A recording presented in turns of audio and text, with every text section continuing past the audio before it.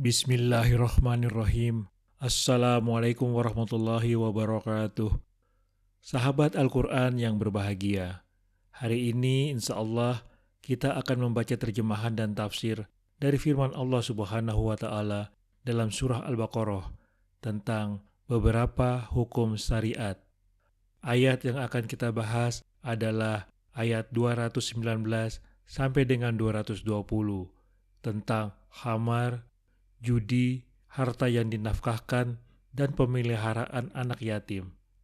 Ayat-ayat tersebut menjelaskan mengenai ayat 219 menjelaskan mengenai hukum meminum arak dan bermain judi. Ayat 220 tentang kewajiban berbuat baik kepada anak yatim. Mohon dapat mengikutinya sampai selesai.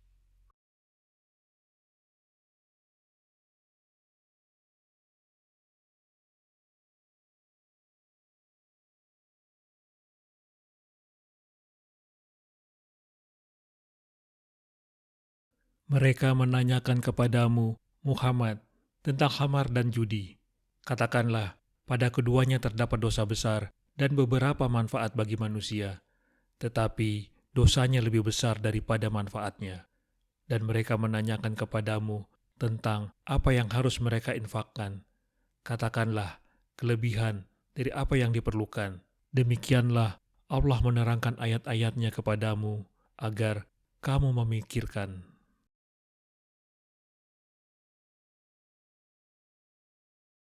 Mereka menanyakan kepadamu, wahai Nabi, tentang khamar, yaitu semua minuman yang memabukkan dan berjudi.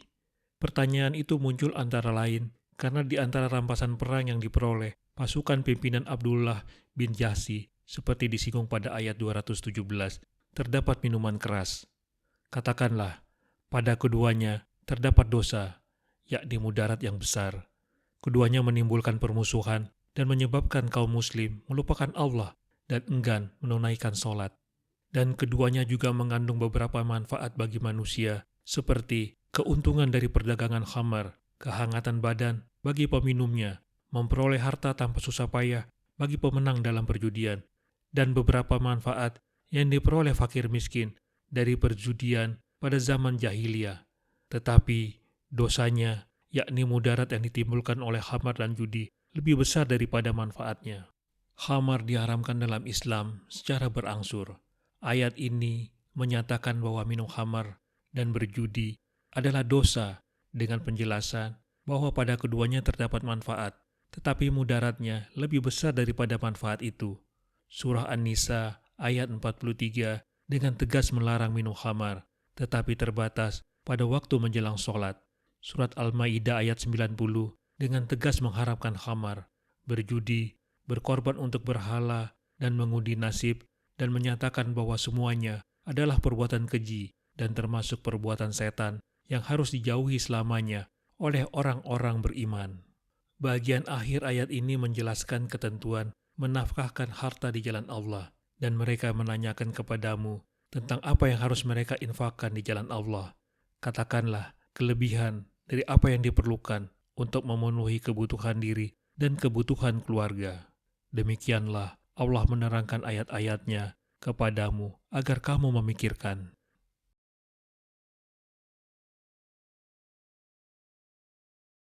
Mereka juga bertanya kepadamu, Muhammad, tentang hukum khamar dan perjudian. Katakan bahwa khamar dan perjudian banyak bahayanya. Di antaranya adalah merusak kesehatan, menghilangkan akal dan harta, menyebar kebencian dan permusuhan di antara sesama, kendati pun mengandung kegunaan seperti hiburan, keuntungan dan kemudahan, tetapi bahayanya lebih banyak daripada kegunaannya, maka jauhilah. Mereka bertanya juga tentang barang apa yang mereka infakkan. Jawablah kepada mereka bahwa harta yang diinfakkan di jalan Allah adalah yang mudah dan tidak memberatkan kalian. Begitulah Allah menerangkan ayat-ayatnya kepada kamu sekalian, agar kalian berpikir tentang apa yang dapat membawa kemanfaatan dan maslahat dunia dan akhirat.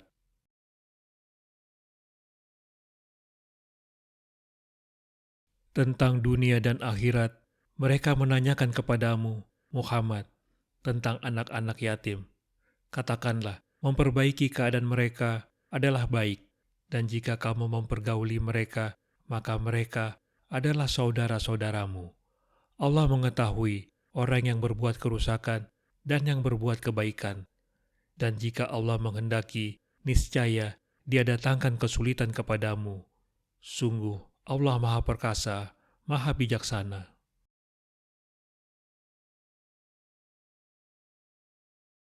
Yakni memikirkan tentang dunia dan akhirat. Dunia adalah tempat beramal, dan akhirat adalah tempat memanen hasil dari amalan itu. Dunia adalah negeri yang fana, dan akhirat kekal abadi. Karena itu, berbuatlah kebajikan selagi kamu di dunia, agar di akhirat kamu mendapatkan kebahagiaan selama-lamanya. Demikianlah Allah memberi petunjuk dengan ayat-ayatnya untuk kebahagiaan manusia, tidak saja kebahagiaan di dunia, tetapi juga di akhirat. Selanjutnya Allah memberi tuntunan dalam memelihara anak yatim. Mereka menanyakan kepadamu, wahai Nabi Muhammad, tentang anak-anak yatim.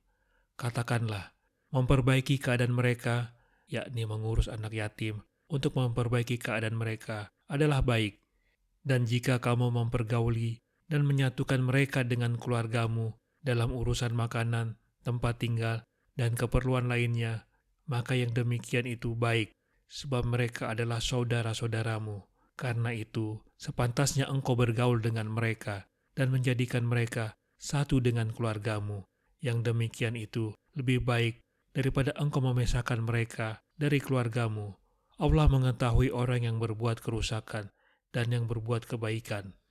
Dan jika Allah menghendaki, niscaya didatangkan kesulitan kepadamu dengan membiarkan kamu dalam kesulitan mengurus anak yatim.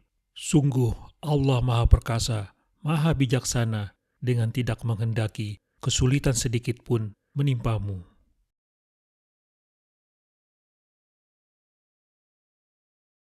Mereka juga bertanya tentang pengasuhan anak yatim yang baik menurut Islam. Katakan, sesungguhnya yang baik buat kalian dan buat mereka adalah memperbaiki dan menggabungkan mereka ke dalam rumah kalian dengan tujuan perbaikan, bukan kerusakan. Mereka adalah saudara kalian juga yang pantas bergabung bersama kalian. Allah mengetahui orang yang berbuat kebaikan dan orang yang berbuat kerusakan di antara kalian. Maka waspadalah. Kalau Allah berkehendak untuk memberatkan kalian, Dia mewajibkan kalian mengasuh anak-anak yatim tanpa tinggal dalam satu rumah dengan mereka, atau membiarkan anak-anak yatim itu tanpa ada kewajiban kalian untuk mengasuhnya. Dengan begitu, mereka akan tumbuh dengan rasa benci terhadap masyarakat yang akan berakibat rusaknya tata masyarakat, karena keterlantaran dan keterhinaan mereka dapat mendorong kepada sikap benci yang destruktif. Sungguh Allah Maha Perkasa dan Maha Menang atas urusannya, tetapi Dia juga Maha Bijaksana, tidak menetapkan hukum kecuali yang mengandung maslahat kalian.